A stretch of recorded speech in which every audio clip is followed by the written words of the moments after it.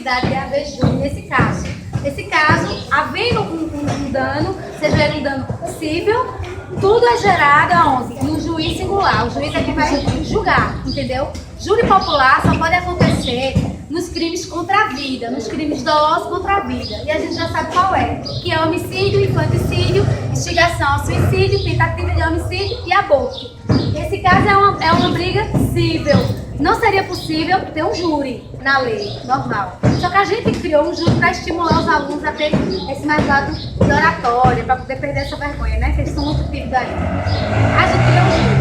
Esse lado aqui é o banco, tem dinheiro. E esse lado aqui é a empresa Só Ferro S.A. A empresa foi ao banco, tem dinheiro, pediu um empréstimo para sua empresa. E lá, ao analisar o contrato, eles perceberam que havia uma cláusula abusiva no contrato. E a empresa se sentiu lesada. Por quê? Porque a empresa entende ser consumidora. Então, entrou com ação, aqui em Condado da nossa justiça, alegando que havia uma cláusula abusiva e que eles queriam reparação, né? Que eles queriam a anulação desse contrato. Agora eu tenho que esperar aquela menina chegar, né? Para vocês começarem a falar. Quero desde já dizer que, assim, vocês são os juízes. Quando há um júri popular na cidade, quem julga não é o juiz. O juiz ele só vai assinar a sentença que vocês vão desejar. Se vocês disserem que a empresa é a certa, tem razão, vocês vão votar a favor de quem? Da empresa. Se vocês acharem que quem tem razão é o banco, vocês vão votar perante o banco. Alguma dúvida? Mas quando elas estão fazendo contratar no essa causa, Aí eles vão alegar isso aí com a defesa deles. Na defesa deles, você vai ver quem realmente tem certeza e quem não tem certeza. Mas deixe o jurado, deixe primeiro eles se manifestarem, entendeu? Aí você dá sua opinião, entendeu? Porque o voto é secreto. Ninguém pode nem saber o voto, qual vai ser seu voto. Exceto que vou passar 7 papéis com o nome do banco e 7 com o nome da empresa. Mas só vamos entregar o voto que eles são a favor. O voto de que eles são a favor, entendeu? Então, pessoal, não pode se comunicar entre vocês, não pode divulgar quem vai votar. Se tiver alguma dúvida sobre o que eles estão falando, pode pedir para que eu venha explicar. Certo? Tu vai poder vir agora? Não? Volta, Bruno. Oi, João. Vem, João.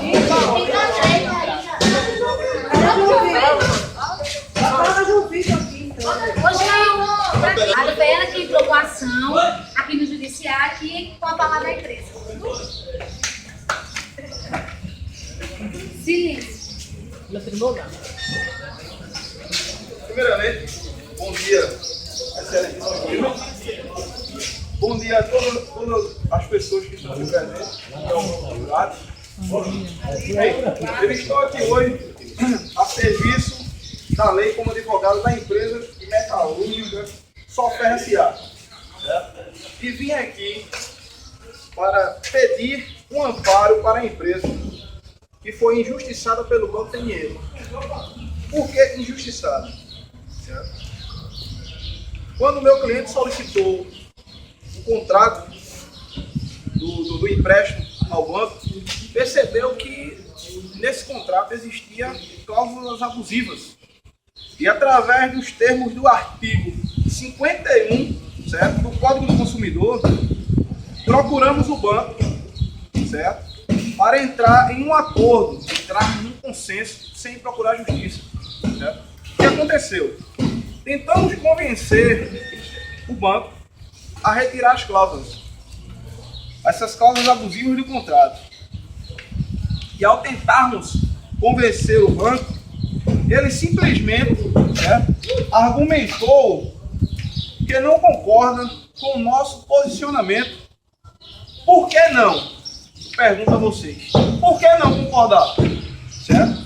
Se o conceito de consumidor por equiparação previsto no artigo 29 do Código do Consumidor diz que lhe permite socorrer-se das normas do mesmo código, certo? Em proteção dos interesses, pois o objetivo da empresa é de empregar os recursos financeiros que pretende, no âmbito de sua atividade empresarial, de modo a não considerar destinatária final.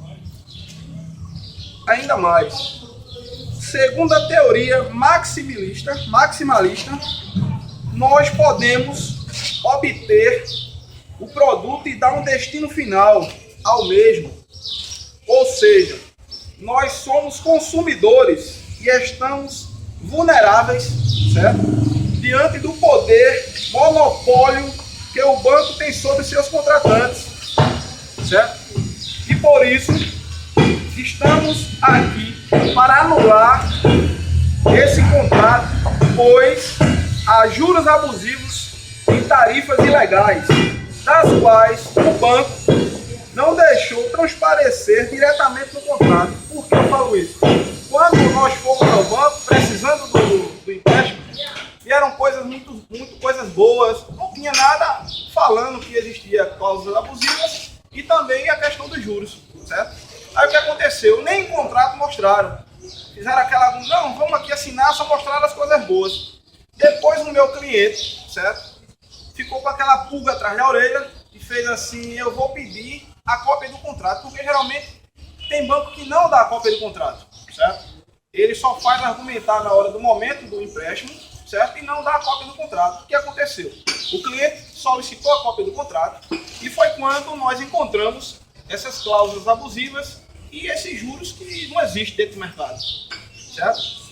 Eu gostaria de solicitar a senhora se eu podia trazer meu cliente para ele mostrar aos jurados o que aconteceu realmente no contrato, né? O que abordaram para o cliente, que o cliente assinou o contrato, e depois que nós descobrimos que existiam essas cláusulas abusivas. Por favor, cliente. Bom dia a todos presentes, senhora Meretíssima. Bem, fui ao banco, né, pedi um empréstimo para ampliar minha empresa, a Soferro S.A. E como o meu advogado argumentou, né, o pessoal não vi contrato, só falaram coisas boas. Depois, com o tempo que eu pedi o contrato, a cópia, dei uma lida e realmente vi que tinha juros ilegais, tarifas muito abusivas, e daí estou aqui agora justamente para quebrar esse contrato e tirar, né, esses juros, essas tarifas que vieram sem eu estar ciente. Obrigada. Licença.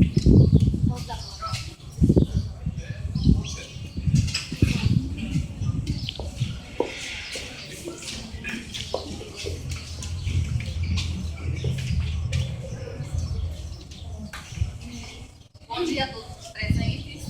Estou aqui representando o Banco Tem Dinheiro, cujo nosso preposto está aqui presente, o senhor Leonardo. E nesse momento eu cumprimento a meretíssima juíza, presidente desse EBEST, Tribunal de Justiça, a qual me sinto muito honrada, né, está trabalhando comigo. Diante de tantos elogios dos países que nós escutamos, né, diante dos tribunais por aí afora, então realmente é um prazer. Esse título é verdadeiro. Muito obrigada.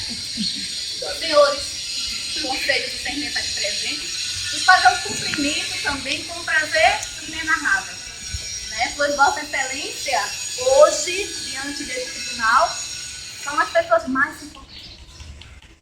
Aqueles, com certeza, que irão decidir pela justiça.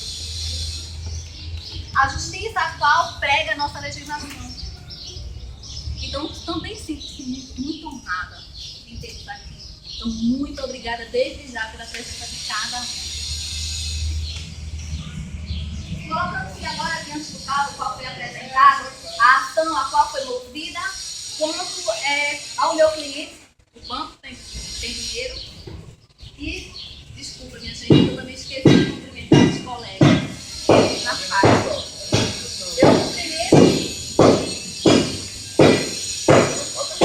Eu cumprimento meus colegas presentes também, o senhor Heraldo Moura, a senhora Lúcia Elise Pereira e a senhora Gilberto de Souza, os quais estarão também me ajudando nesta defesa.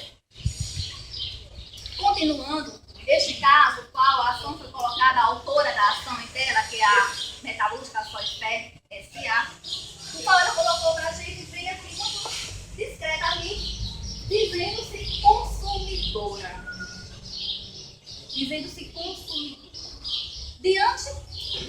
processo de financiamento, o qual, naquele exato momento, existia sim um contrato.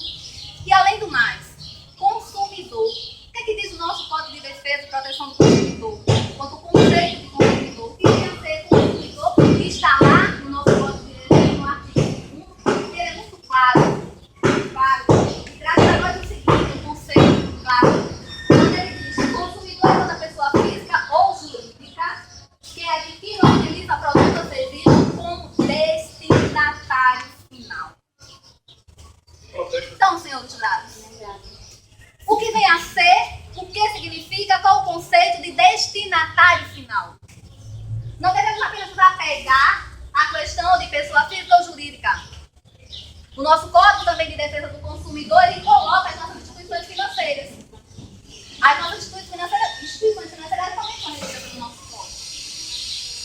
Mas vamos nos deter ao conceito na íntegra. O que vem a ser destinatário final. Então, senhores jurados, diante também dessa e houve algumas divergências dentro do nosso código, por ter essa divergência na questão do conceito, daí partiu a questão das teorias. As teorias maximalistas e a teoria finalista. Então, nos detemos o significado da teoria finalista, que ela vem claramente nos falar para nós, especial para o conceito de sentença, ela vem colocar o seguinte conceito de destinatário final. É aquele que dá uma destinação fato-econômica, é aquele que retira o produto do mercado e aquele que consome, aquele que não visa lucro, aquele que não negocia aquele produto retirado do mercado. O consumidor ele tira o produto do mercado e não pode mais colocar aquele produto no comércio, não pode mais ter qualquer tipo de lucro. Então, o conceito eu acho que ficou muito claro. Destinatário final, consumidor. Se eu retiro, eu consumo, seja para bem próprio, familiar, eu tenho que consumir. O conceito é muito claro, o nosso código diz isso. E vai muito além, muito além. Quando ele vem nos dizer que diante deste conceito, a autora da ação dela, ela não tem as características de consumidor. Claro, não existe. Não existe. Então não tem por que ser julgada através do nosso Código de Defesa do Consumidor, do CDC. E se seria uma ação de Código Civil baseada no nosso Código Civil. Simplesmente. O conceito, ele sim, se faz a ação. Mas indo adiante, se eu não tenho uma destinatária final, eu também não posso ter a vulnerabilidade. Nós estamos diante de uma empresa, senhores, de grande porte. Uma empresa que dispõe de um corpo jurídico de alto conhecimento. Um corpo jurídico que detém todo o conhecimento técnico, todo o conhecimento jurídico, todo o conhecimento econômico.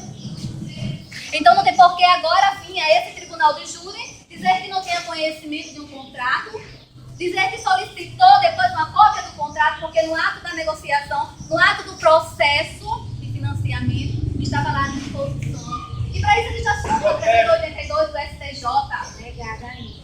Existe a súmula do STJ, agora muito claramente para isso, cláusulas abusivas. Que vem a ser as cláusulas abusivas diante do contrato que foi apresentado. Agora, muito bom. Chegam lá, infelizmente, a maioria acontece, chegam lá em nossa instituição, dando uma de coitadinhos, necessitados, precisando de um financiamento. E olha que não é apenas a nossa instituição que dispõe desse tipo de serviço. Há inúmeras que têm a mesma linha de raciocínio, têm a mesma linha de serviço, de prestação de serviço. Não é verdade? A gente está começando aí. Então, o que é que diz a súmula 382 do STJ? Ela diz que é a estipulação de juros remuneratórios superiores a 12% ao ano, por si só, escutem bem, por si só, indica abusividade. Superiores a 12% ao ano. Superiores. bloqueei o empréstimo. Não sou eu que digo, mas sim a vigilância. Superior Tribunal de Justiça.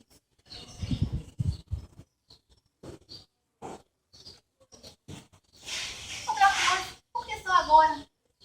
Por que foi agora mesmo? A empresa vem ao tribunal e está lá. Passaram-se dias, meses. Por que só agora? Como já foi falado, existe um corpo jurídico de autoestima, muito gabaritado, autoconhecedor. Está claro. A súmula nos mostra isso muito bem. Indo além, provando que realmente a ação ela é improcedente, traga ainda, além, claro, da súmula 382, algumas jurisprudências, as quais vêm da veracidade das alegações apresentadas. E uma delas eu botei aqui a ousadia de ler para o senhor, diz o seguinte: está lá na nossa capital federal, onde diz o seguinte: segundo a teoria finalista, a aquisição de bens ou utilização de serviços por pessoa jurídica ou natural, com o escopo de incrementar, preste atenção, de incrementar a atividade negocial, não se caracteriza como relação de consumo.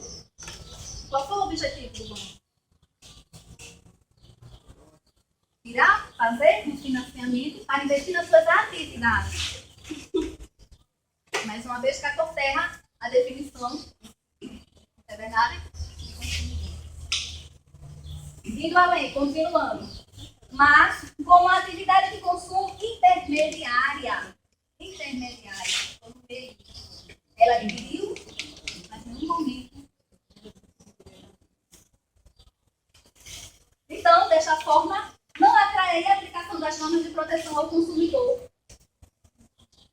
O STJ consolidou a teoria finalista e firmou o entendimento segundo o qual, nas operações de mundo bancário, para a obtenção de capital de giro não se aplicam as disposições da legislação consumerista, uma vez que, tomadora do financiamento e utilizada do montante como destinatário final. Aí vocês poderiam me questionar. Mas o código também diz que o consumidor também é aquela pessoa física ou jurídica. Mas eu me detenho na destinação. Então, senhores jurados, diante do que foi apresentado neste tribunal do júri, eu tenho a certeza que a instituição a qual eu represento neste momento, assim como os meus colegas, está sendo finalizada. Mas também eu tenho a certeza de tudo que foi apresentado aqui em defesa da instituição. Eu acredito na sentença favorável de Vossa Excelência, de cada um de Vossa Excelência pela justiça. Eu acredito. E mais uma vez eu agradeço. Ele, espera que ele professou sobre uma questão que ela falou, deixa ele voltar. Eu acho, posso até dizer assim, ela tá assim, fica dando de coitadinha que isso não existe. Porque ela não falou da teoria maximilista, falou da finalista. Fica dando de coitadinha, dando do banco, é coitadinha que se o banco, ele primeiramente, o banco não agiu com o nosso cliente, certo? De boa fé. Por que eu digo isso? Porque eu digo o seguinte, o CDC exige que tanto o consumidor quanto o fornecedor esteja disposto a agir de boa fé. O banco não agiu de boa fé com o nosso cliente. Por que não agiu de boa fé? Porque é o seguinte, para atuar com honestidade, sem esperteza, é necessário que haja uma moralidade contratual. E não existe essa moralidade contratual, certo? Do qual não vimos em relação ao banco nas cláusulas abusivas contidas no contrato de adesão. Ele fala tanto do contrato, mas o contrato, eles não mostraram o contrato. Vieram logo no início, conversas bonitinhas. Porque você sabe, você vai para o banco para tirar um empréstimo, é mesmo que acertar o pessoal do banco, mesmo que acertar na loteria. Por quê? Porque você sabe, você vai para o banco que não empréstimo, se ele puder tirar sua roupa e deixar você nu na rua, ele deixa. Ele chega, meu amigo, é juro abusivo, são taxas abusivas, é tudo que ele puder tirar de seu, tudo embutido. Até o cafezinho que você tomar no banco, ele cobra.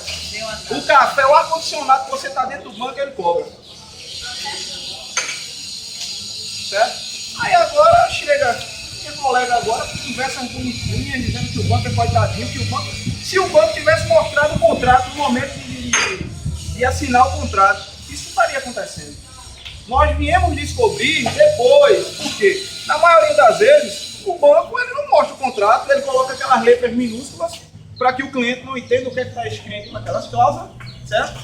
Ele devia chegar com letras garrafais, letras que realmente o cliente possa entender, tirar dúvida.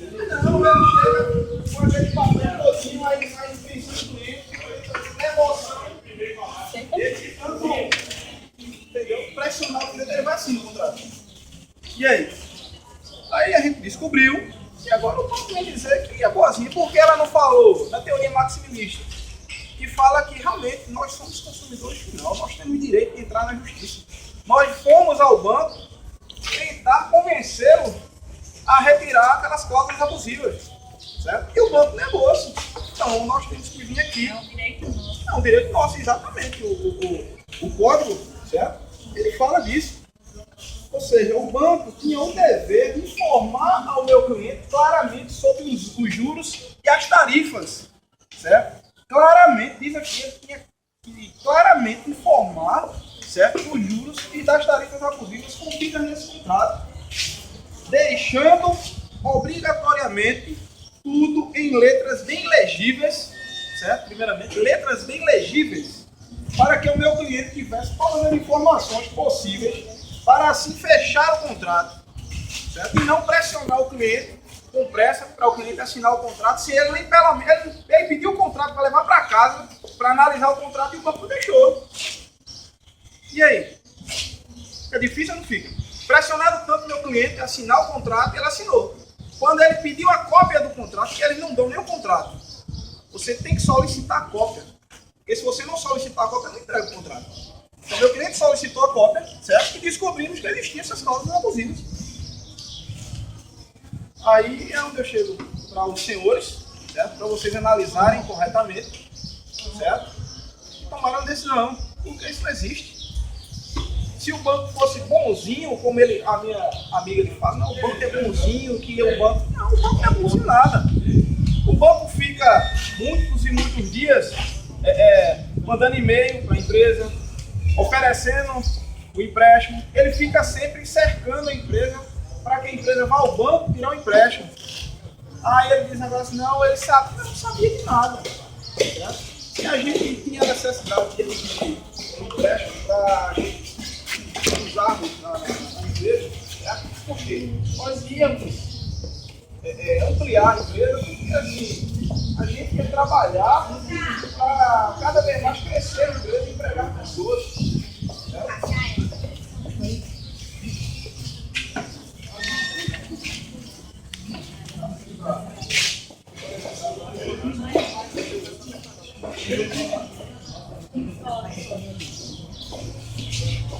Vicente Crisma,